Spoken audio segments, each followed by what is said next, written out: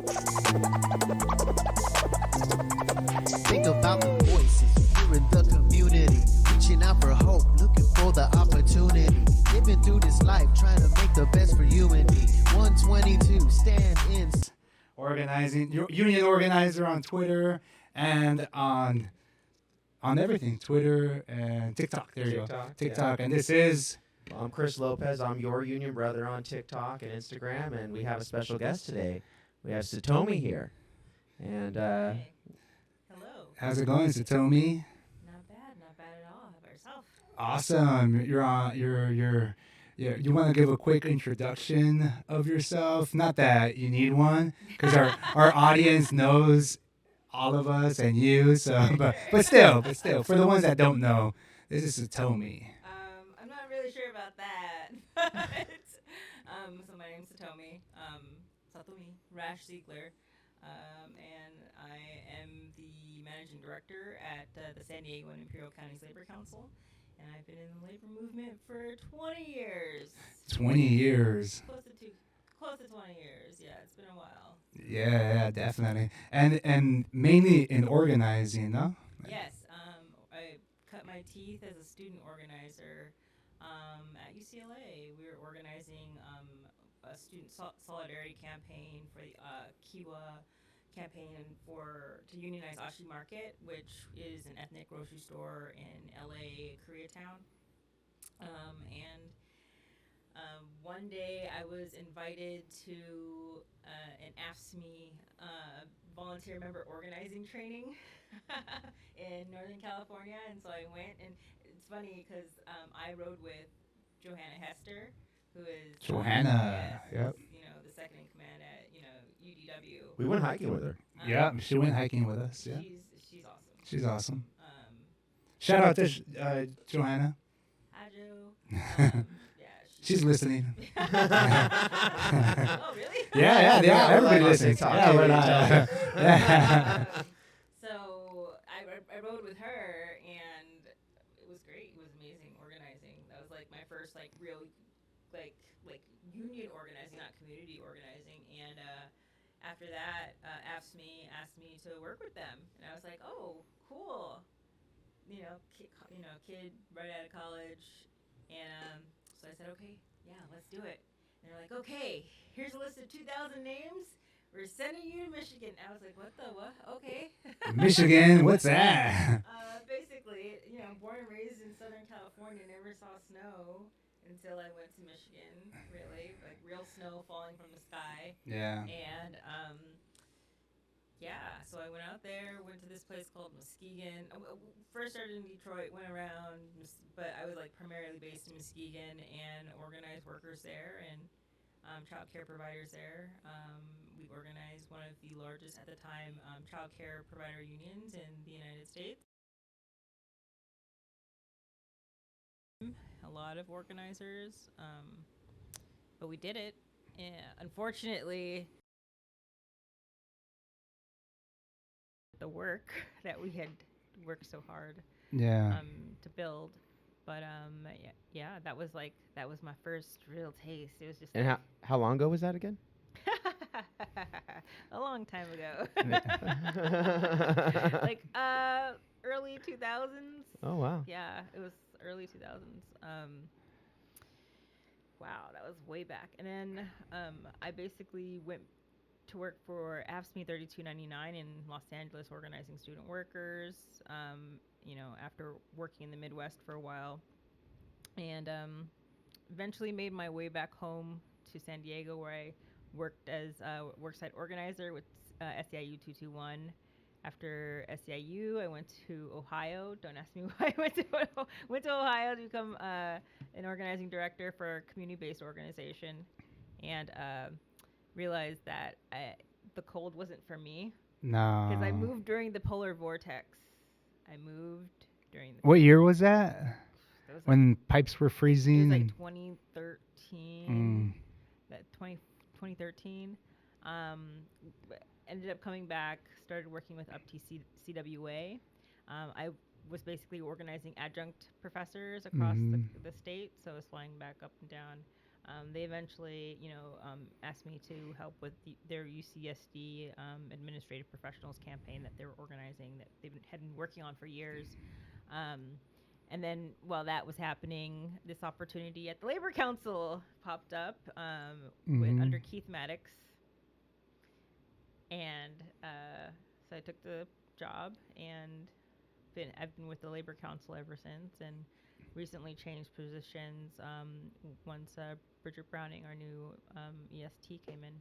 Definitely. And that's where I met Satomi at the Labor Council. I used to work at the Labor Council, and that's where I met Satomi. And ever since, we've been really cool. She's been mentoring me on organizing and best practices and all that good stuff. If it wasn't for her, I wouldn't have won my first campaign. So Yeah, right. that's off to Well, Satomi. I remember seeing you for the first time. I think I was started with my union, UFCW, but I saw you. You had a lot of passion. I remember you were at a rally, and I did like The 32.99 one. yeah, that was it. It was like long, long time ago, and I had filmed you speaking, and I was like, oh, okay. So of course, I cut everyone out who doesn't, who I think, but I kept you in. I kept a few people in. I was like, oh, all right. So Oh. then Well, thank you for not cutting me, Chris. I didn't cut you. I didn't cut you. Well, some people are just like, Yeah. Yeah, no, definitely. I thought it would be a good idea to bring you in, Satomi, because if anybody knows about organizing in San Diego, it would be Satomi. So we're bringing in the cream of the crop. Yeah. Yeah. Well, speaking of like organizing, labor approval rating is at an all-time high. There's like a big buzz, like it's just sort of going around the country. And, what do you think? What do you think is like some of the things driving that right now? I think a lot of folks, especially younger folks, are done. They're fed up. They see what in the old work ethic, right? Of work until like your fingers fall off and brag about not getting any sleep and staying up and working on reports all night and doing this, and they're like, what? That's not cool. Like, I want a life. I want a family. I want to enjoy things, especially in this day and age after this pandemic. You know, can you say that your work is going to care about you when they laid so many people off, right? People are seeing like what this is, and Yeah. yeah, Yeah, like the generation, kind of like the Starbucks workers that are organizing across the country. They're all young people, and I think personally, they're probably like the prime demographic of people to be organizing in the first place because they're young, they're super idealistic, and they have a lot of energy. And I think that's why Starbucks probably took off as well, and like in cahoots with everything that you just talked about. So that's why they're just going off everywhere. And now all of a sudden, like Home Depots are organizing, Trader Joe's are organizing. It's just an explosion that just happened because of the pandemic. Maybe that's the silver lining of the pandemic. It's people. Yes, definitely. I mean, if there are any silver linings, that would definitely be one of them. And I also think this new generation, this younger generation, it's also a generation of love. Think about it. Like, when was the last time unions were popular? Well, I I don't know know. the approval rating of In the labor unions, 70s. it's been like Yeah. 40%. Now it's Yeah. like all-time high right Yeah, now. all-time high. The last time, the highest it's ever been, aside from right now, I believe in the 70s. In the right? 70s, yeah. In the 70s, also about love, right? Like these are generations that learned to like love themselves and said, hey, not this Gen Z self-deprecating Yeah. like we have to grind until it hurts, right? Mhm. Like this is about, and that's what organizing is about, right?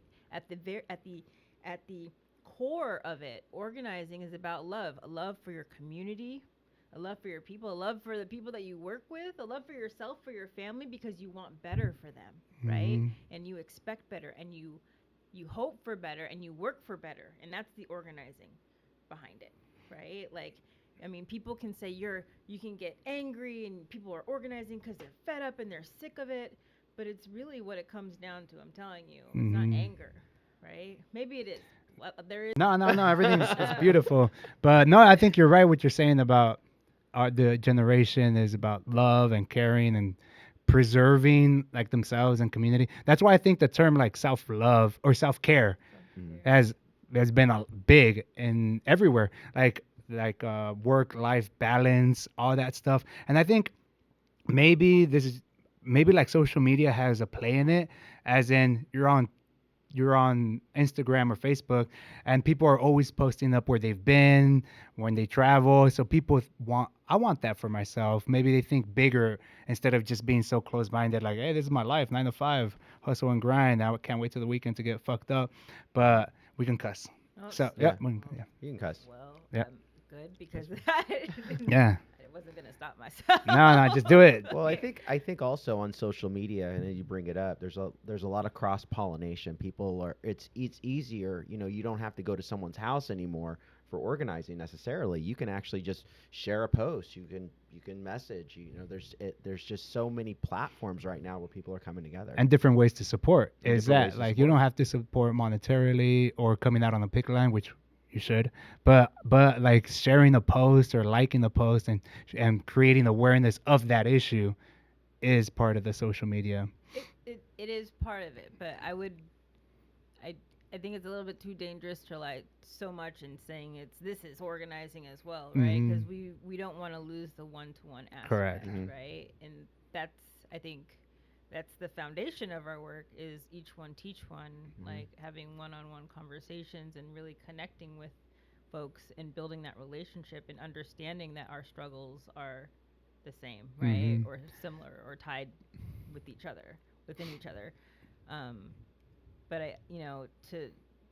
to say that I don't know. Well, I think we learned it in the Zooms with the pandemic, like Zoom meetings, Zoom one-on-ones. You don't get the same out of them as you do when you do in-person meetings and in-person one-on-ones. Well, it's a different connection, right? It's definitely a different connection, and it's also like Zoom fatigue is real, and like this like being on internet and electronics is also it's very different. Like you can have a 30-minute meeting, it basically be the same as having a 1-hour meeting in person, right? So and people ended up scheduling things back to back to back. Yeah, because it could. Right, and there was no travel time, but then so now the boundaries of like work and life and Work-life balance. are gone. And Yeah. I think people are definitely getting more connected. I think labor is, it is, you got the organizing, meeting stuff, but you also, you got to fight for, your right to party. Yeah. Oh, you know me. I'm that's big. what I think. You got to I'm fight big for your on. right to party. Yeah, because you have to work hard and then play hard. Yeah. Yeah, because you have to enjoy yourself and others, and the fruits of your labor is part of that. It's like, hey, look, I work so hard. I'm helping people get contracts, have a better life, but I also want to travel and go out and enjoy the moment. Have a And we beer talk at Crack Tacos. Have a beer at Crack You Tacos. know. Shout out Crack Tacos. Yeah. And Sorry, I didn't bring any crack tacos. no, I mean, yeah, we all want our bread and our roses too, right? That's right. If we want to be able to enjoy life and not have to work 24/7 just to make a living. And I think, like, you know how our country is an individualistic country and there's collective countries, like a lot of Yes. and I think maybe we're shifting on that too, as in like maybe picking yourself up from the bootstraps. It's not the model. It is not the model. That is a myth. That is a lie. Like that is like if I had my Maury Povich voice or button, that was a lie. Seriously, there's no such thing as pulling yourself up by the bootstraps. I mean, it's a fallacy because the system is rigged. There is this system.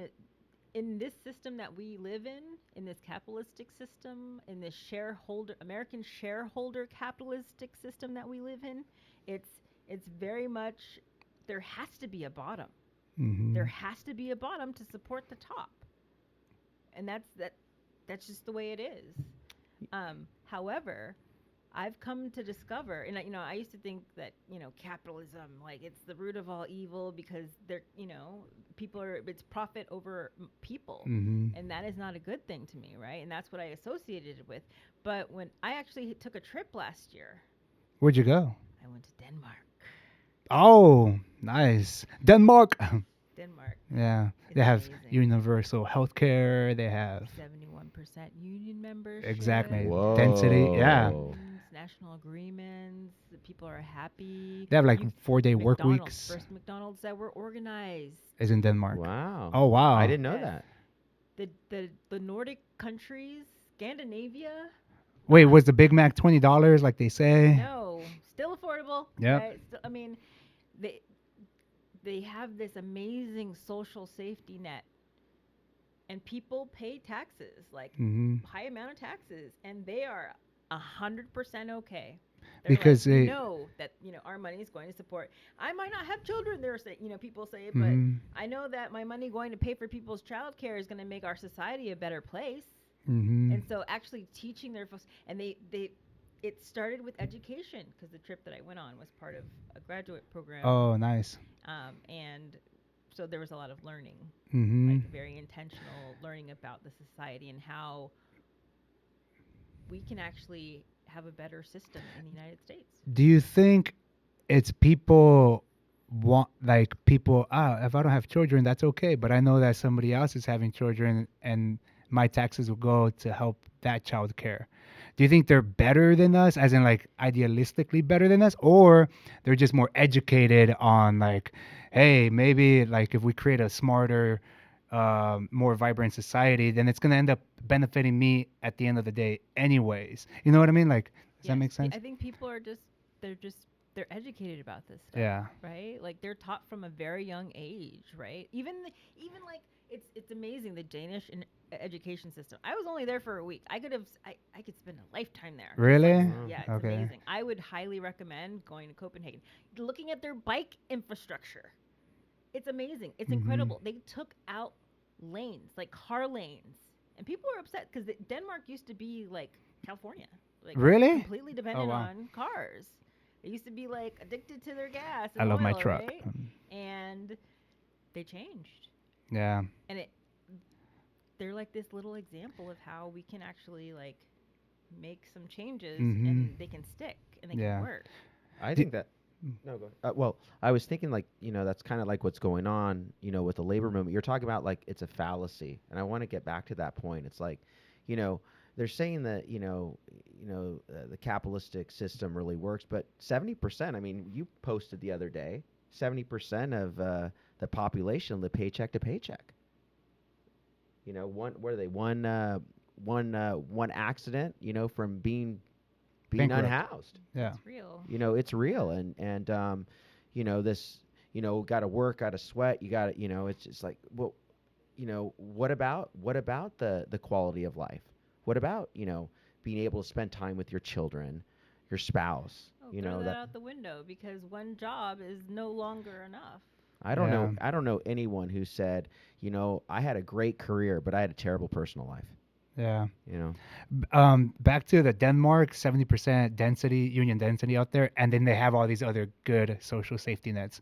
Do you think it was a labor movement that made it happen? Because I think that if we have a vibrant labor movement, big union density, then more people are more educated and they have more power to hold politicians accountable, and then they pass legislation that the people want because we have union density. We're organized.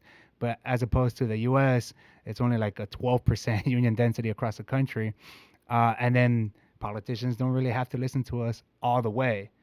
They listen to the people that have the money and they control everything. But in places like Denmark and France and a bunch of European countries where the union density is a lot higher than us, do you think it's like correlated to people being organized? So the politicians and the political system has to listen to the people because they're organized. I think it's yes, and that's also like a chicken and egg question Yeah. too, Yeah. right? Yeah. Mhm. Especially in Europe because I mean they have very strong unions out there. We're gonna shut this down. You better do something about it. And the government saying, okay, before we can preempt this. And I believe because there was like massive strikes all over Europe, Yeah. Denmark actually negotiated these national contracts. Yes.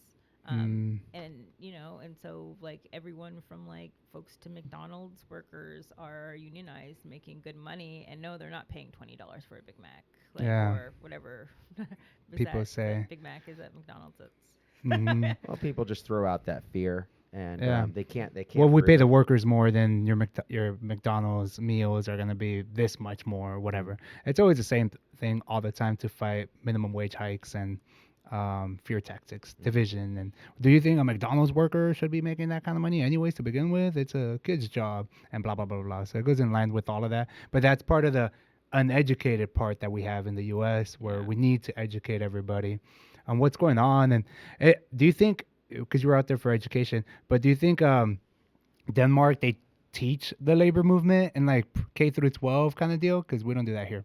I believe so. Okay. I'd like to think they are. I was there and I actually visited their what their equivalent to their AFL-CIO Uh-huh. is.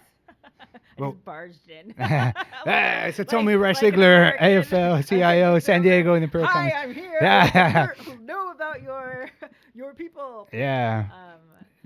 But they were very accommodating, very super nice about like sharing information, and even on because they're going through because the Nordics are heavily rely on like oil and coal, and so they're going through their own green Transition. and they're working out green new Deals. just deals Mhm. like just transitions, right? Yeah. And that's the power that they have. So being able to take lessons from them and try to use some of Mm-hmm. some of the tools or ideas that they had that worked, and hopefully apply them here and see if we see the same results. Yeah. No, definitely. Uh, let's bring it to San Diego. I know we're talking like worldwide and big picture ideas, but what about San Diego? Do you think we're in the bluest state of the country? I think we're doing pretty good as in strength wise, but we're at what 11% density here in San Diego, union density. What's our goal? Like, what do you think would make a fuck yeah? Now we're talking kind of goal of density. Let's see. That's a good question. I'm like every worker. Every needs worker, to be right? Unionized. Even strippers. I'm saying. Every worker. Yep. There's dignity in all labor. I agree. No, I agree. Everyone deserves a union. Everyone deserves a union. I agree. Well. What about I'm like, cops? "That's debatable." What about cops? What about That's cops? debatable. Ah. I'm just gonna keep my mouth shut. Yeah, I like cops, by the way, except for this fucked up shit they do. I wanted to become a cop, and they didn't let me because I had a record. They didn't let me. Like, like I'm a good guy. I would have been a good guy with a gun. Well, that's probably Why they didn't? Yeah, they didn't want you because yeah, God put you I'm where gonna- you needed to be. gonna yeah. In the Well, labor movement. we're doing God's work here, You're Chris. doing Yep. God's work. We're doing God's work. get me in trouble. Yeah, that's why we're just gonna. We'll leave it at that. We'll leave it at that. Everyone deserves a union. Firefighters are doing good work out there. Teachers, there's a lot of good unions out there. There's a lot of the more I travel, the more I go to these conventions and trainings. You meet people from different unions, and that's what we need, the cross pollination that Chris is talking about. So we understand that it's not just about our own membership and our own union and our own trade. I'm part of IATSE, it's stagehand work. But I want to empathize with grocery workers, with teachers. My girlfriend's a teacher. I know their issues, and postal workers and firefighters. I think we need more solidarity. That's my opinion. Well, we just Like- need to go to McGregor's. We just got to go to McGregor's That's and it. then talk about labor. Yeah. Yeah, all the time. But I think from what I see, sometimes there's a lot of egos in labor, and I think it comes with the territory. I feel like because you get power when you become a leader because now you're ahead of 1,000 workers, 5,000 workers. I know we don't want to get in trouble here, but I think part of to build union density is solidarity.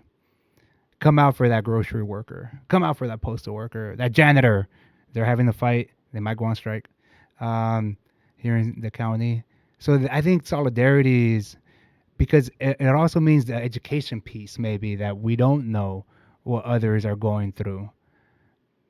I think that's part of it. I think it's also people are busy, right? People have a lot going on in their lives. That's true. And it can be a challenge to be able to pick and choose what you're gonna focus your attention on. It can be a little challenging. However, you're right. Solidarity is important. Solidarity is very important, and we need to. I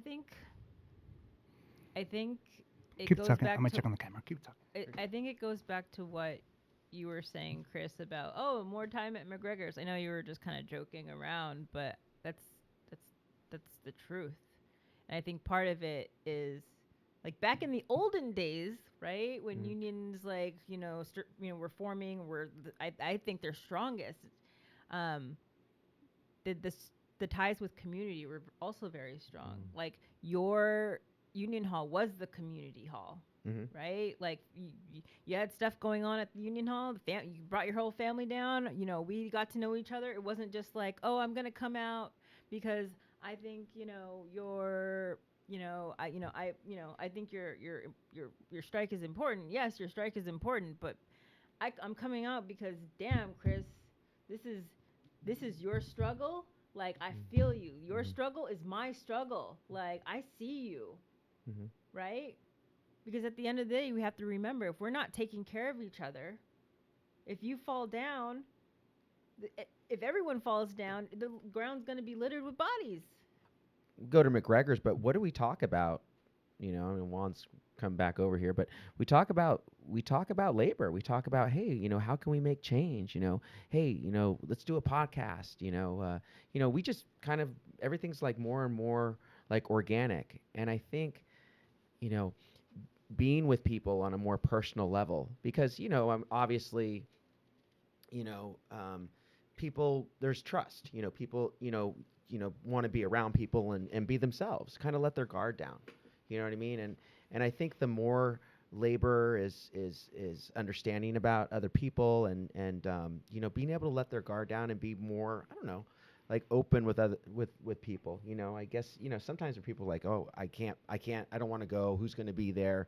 I can't be myself. And it's like, it doesn't have to be that way. Just invite the cool people. Yeah, cool people. Yeah, people that are on Twitter and TikTok. Exactly. That follow us. I'm like, oh, sorry, guys. You're not on TikTok? Oh, no. TikTok is where You it's get a at. pass, Satomi. Yeah. No, I think there's a lot of there's a lot of energy. I feel it every time I jump on.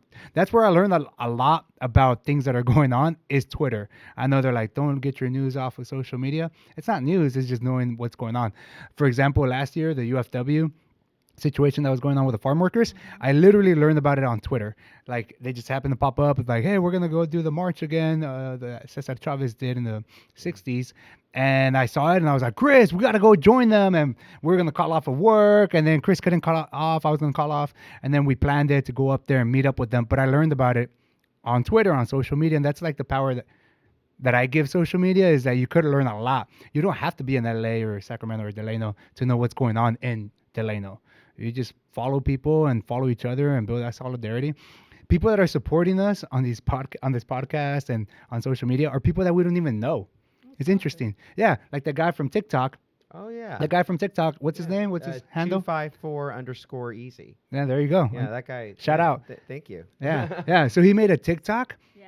Hey, I just want to let you all know, I found this Union or Bus podcast on YouTube. Did he say he found us on YouTube? I think he found it on Spotify. Yeah, Spotify. he's on You guys should listen to them. They talk about organizing and unions and stuff like that and blah, blah, blah. So he made his own video Oh, that's so giving cool. us a shout out. We don't even know this. followers on Yeah. TikTok. So that's a kind of solidarity that we want to show people. And we're not going to shame people. I'm not going to name drop people that are not that. But I think that's the energy that we're finding ourselves in, is people are just doing it organically. Yeah, and I know you're bragging about Twitter because you have Sarah Nelson following you. Oh, yeah. Right. Sarah Nelson Okay. follows me on I Twitter. love Sarah Nelson. Oh, she's awesome. I'm so jealous. Yeah. It's all about Twitter now. Yeah. I'll give her a shout out, so tell me, don't worry. Um, What about the training that you guys are doing? And I think that's what we need, that energy, that organizing. Somebody has to do it somewhere, and you guys are doing it. Yes, it's the Organizing Institute, the Organized California Institute, put on by the California State Labor Fed, and this first one is also co-sponsored by the San Diego and Imperial Counties Labor Council, and we are super excited, and we can feel it. Everyone else is too, because we only have 40 spots, but the spots are filling up really quickly, and we've only gotten positive feedback, folks saying, hey, we're interested, we want to participate, like, thank you for bringing this back. Yeah, so it's happening February 24th through the 26th. Super excited. And then afterwards, in March, there's a blitz that's going to be focused on UDW and organizing more childcare providers into the union. Well, I'm a union representative, but I was kind of excited, so I signed up for it. So I polished up my organizing skills too, because I think everyone, no matter what everyone's an organizer. 100%. And I signed up for it because I signed up for it, and I think it's awesome. I think it's going to be exciting. Like this year, we're trying to build internally our membership, because I was focused on external organizing when I first started here. Now I'm still organizing campaigns, but I want to focus internally and strengthen our membership within, so that we can fight and get a better contract on the next one. Our Richard, he's taken the lead with us, and we're starting a strike fund. Nice. We're starting a strike fund. We've never had one. Now we're starting one, because he understands. I think what company. Yes. It's going to be a fight to get a real contract, Yes. like one that they deserve. So we're preparing for that. So that in and of itself will send a very strong message to that company. Encore, whatever. Watch yourself. Watch yourself. And that's why that's why I'm bringing along a few of our staff to attend, to strengthen ourselves, so we understand and get those tools and strengthen that unit and our membership. So when it comes down to that fight, we're ready. And it comes down in a couple years. You know that Encore, they're listening. They're always listening. Yeah. So, but it takes that, that training and that education piece to strengthen the union, because we don't have all the information. No, we don't. But we learn it. We learn and it. As organizers, that's our job, is to we wear many hats, right? We're detectives because we're trying to find out information and understand what the problem is. We're problem solvers, and we have to be creative problem solvers, not just your ordinary, like 1 + 1, right? No, like this bridge washed out. Like, how are we going to get from point A to point B type, like, problems? We are sometimes therapists, like listening to, workers, concerns, issues, and sharing and holding space for folks. And that's really important, because with one-on-one organizing, it's not just a transactional thing, right? Real organizing is transformational. It's really building. It's based on relationships, trust-based relationships. So when you're building, like, it's important that you're building trust along with it, right? And like, it's real. So when you say, I'm going to follow up with you, you really need to follow up with that person, right? You really need to, like, and people know when you're bullshitting. Yeah. Like, honestly, like, people know when you're bullshitting. So just don't do it. Yeah. Like, in advance, everyone listening out there, don't bullshit. Yeah. Just don't do it. Just be honest, right? If you don't know the answers to questions that are being asked of you, let them know. Say, you know what? I'm human. I don't know. I don't have all the answers, but I will find out. Well, let me try to find out and get back to you. And you actually get back to that person, right? Sorry, basic organizing tips. Yeah. No, but that's important. You got to go back to the basics sometimes. We lose ourselves. All the time.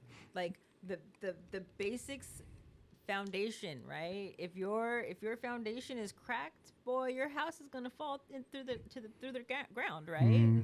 Like, so you always have to make sure. So, like, organizing trainings, like this organizing institute that's coming up, are very important. And I constantly have to revisit, like, organizing, especially since I'm not in the field, right? I'm still organizing, but in a different way. But since the context has changed, I have to think about it and organizing in a different way. But anyways. Yeah. No, that's true. Go back to the basics. Sometimes you don't win every campaign. Like, I lost my last campaign, and it humbled the shit out of me.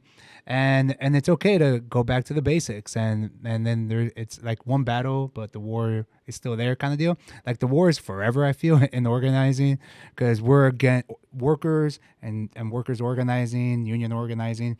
You're against the multi-million, billion-dollar industry, whether it's corporate greed, Wall Street, you name it, politicians. And then we're fighting the history of everything. I feel like in organizing, if there's a worker, yeah, but I had the bad taste of it in my mouth because this other union and this and that. You're fighting all of that. You're like, you're teaching people to unteach what they've learned maybe on some along the way, because we've learned a lot of bad things about unions along the way, a lot of bad propaganda, and then you're teaching them the right things about unions and the history. So it's kind of like you're a professor, you're everything, a sociologist when you're organizing. Oh, 100%. Many hats. Many hats. I, right? I see like labor right now, and I see it on social media, and I see it, on the picket line. I just think labor, people are coming together as a people. That's what I see. Like the labor movement, like we're a people, and it's getting back to kitchen table economics and not so much the divisive issues that separate labor. I think when people think, hey, 70%, keep it real. 70% of people are living paycheck to paycheck. I mean, how many people don't have health care in this country? How many children don't have health care? I mean, there's something wrong here. There's a lot wrong, right? And we need better policy.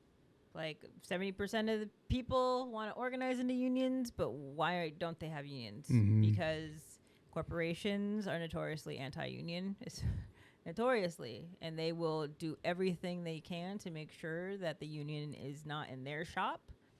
They get away with stuff, or like the remedy is, oh, you fired this person, right? You ruined their lives, like you messed up their whole situation. Well, put this posting on the wall. Exactly. Like, what the fuck? Yeah. That's that term I saw. It's legal for a price. So they do all these things. They might have fines or whatever, but how's that going to affect Home Depot, or how's that going to affect Walmart? He's all, here, you're going to put this little posting up, and here's a fine. I mean, and so the companies are looking at it. Hey, it might be against the law, but it's legal for a price. Yeah. Basically, and so here's the deal. So federally, it's a little bit challenging, right? Because we know what's going on federally. Right. Mm-hmm. But in California, probably one of the most progressive states in the United States, like we have the ability, I believe we have the ability to make our own laws Yeah. that have teeth. And, right now, the state labor movement is being led by a very organized, seasoned organizer. Mm-hmm. And I believe she's the person that is going to help move shit along. Shout out Lorena Gonzalez Fletcher. Yep. Yeah. No, I think so too. Like even in that meeting, I feel it. I feel the energy every time I see her post, because I follow her I follow everybody on Twitter, and she hey, if you're a Democrat seeking to get the endorsement of the Cal Labor Fed, make sure you go to the COCs first and follow the process. So she's holding these things accountable before they start doing it. I feel like she's already putting it out there. I'm labor, and if you're gonna come into the labor's house, why was she so effective in the assembly? Because she's an organizer, mm-hmm. hands down. Yeah, definitely. In my opinion, anyways. Yeah. So yeah, we have a lot of work to do. Yeah. And we have a lot of policy to change, and part of that is electing people. And one of the things I'm excited about that we'll be working to bring at the Labor Council is a campaign and leadership school. We're gonna throw in organizing school there, but I think with we'll see depending on what happens with the Organized California Institute. But as far as the campaign and leadership school, like identifying, recruiting, and developing rank and file members to run for office, Definitely. right? To run for boards and commissions, right? To take over positions that our folks, as like working folks, should be in, right? So that their voices can be heard. So our voices can be heard.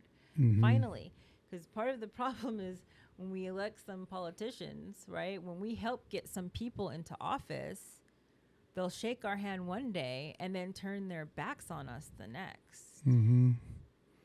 But our belief is if we start building from within, building our bench as labor, right? And developing our folks, because we have very capable folks, very smart folks, very passionate folks that are willing to put in the work, that care about their families, their workplace, their communities, and that actually want to make effect and want to affect positive change and remember where their roots are.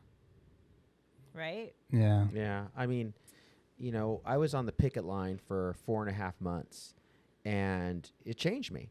Kind of you look at things differently. I've gone to Colorado, running picket lines in the snow. You know what I mean? It's there's something about, being a part of the labor movement or something. I think right now, what you're talking about, it's the time. It really is the time. I mean, this isn't 2009 when the approval rating was 40%. I mean, 71%. Yeah. What's Congress's approval rating? 22%? I mean, this is it. That's what I'm talking about. Yeah.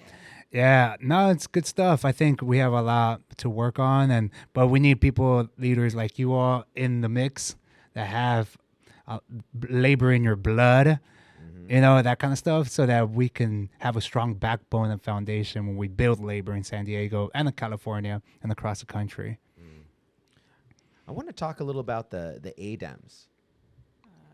Well, do we have time, Satomi? I know she's already looking at the clock. I was going to ask Satomi if she wants to do one last. Oh, okay. Like if there's, or if you have time. It's up to you, Satomi. I just wanted to, it was interesting having the Labor Council help organize that. That was really cool. Once again, like we could thank Lorena for that. Yeah. She put out the call, and as much as I get frustrated with the party sometimes, just in general, no one in particular, but she's right. It's part of it is we have to organize, and she called on the CLCs across the state to do our part. So we're doing our part, and we had our own slate, and it had been since 2019. Yeah. Since we last ran a slate. Mm-hmm. And the ADEMs are delegates for the DNC in California. Yeah, I didn't know. I mean, until endorsements of the Democratic Party for people. Yeah. Sorry. No, go ahead. But I just want to state for the record, labor is not democratic. It is democratic. We'll cut that out. It's not the party, right? No. And labor's not tied to any party. I want to say that labor is about working people, right? At the end of the day, and whatever candidate, I'm not trying to tie my organization to one party or another, but I just want to say that the candidates that are going to support workers, period, are going to get our support, right? Mm-hmm. Yeah, I mean. Yeah. Yeah, we have members that are Republicans, independents, of my whatever. membership's Republicans. Yeah. And I was on strike for 4.5 months. Like I said, I had 35 people walking on the line the last day, and half of them were Republicans, half of them were Democrats. But being involved with ADEMs and the Democratic Party, it's not them changing us, it's us changing them, shifting them more worker oriented, influencing to benefit the worker at the end of the day. Yes, it's amplifying worker voices within the party, and that's important to us. Yeah. I always used to say that, we need to infiltrate everywhere and everything for the worker. When you say infiltrate, I know it sounds bad, but I'm wearing a black hat that has an American flag on it, so I think it makes sense if I say it. If it comes it's from optics. Yeah, it's optics. Optics somewhere. But definitely, any last words, Satomi? Thank you for coming on the show. I know you're super busy and you just had a second kid. Awesome. Can we say that? Yes, my FOMO baby that is in the 95th percentile for height and weight. He's so cute. Yeah, he's gonna be awesome. Yeah, he's all smiley and happy all the time. That's good. Yeah. Has a good temperament. Yes. Right? Not like my daughter. Well, she's gonna run the world. Yeah, pretty much. Yeah, she's gonna run the That's world. awesome. Yeah. But okay, cool. Well, yeah. So find us anywhere. Union organizer over here, and we have Your Union Brother on TikTok and Instagram, and Satomi. You're on Facebook. You're on I'm Facebook. on Facebook. I have a Twitter. You have a Twitter? Yes. I'm not. Juan's better on Twitter. Yeah. Well, you got Sarah Nelson. Sarah Nelson's I mean, following me. whatever. So, That's wild. I know. Yeah, I haven't posted on anything in such a long time. yeah. I always say, this day I will post, because I have so many pictures that I'm like, oh, wow, that's pretty cool. And I'm like, Maybe I should do this one. Yeah. Maybe I should post it. And I'm good. Definitely. Cool. All right, Satomi. Well, thank you for joining us. And yeah, everybody, you can find those on those handles, and we'll be putting this one out pretty soon. Yeah, we're on Spotify. What? We're on Spotify. YouTube? We're on YouTube. We're on Facebook. Facebook? We're everywhere. We're everything. Okay. Yep. Like God. All right. Okay. All right. Maybe Cool. maybe not like that.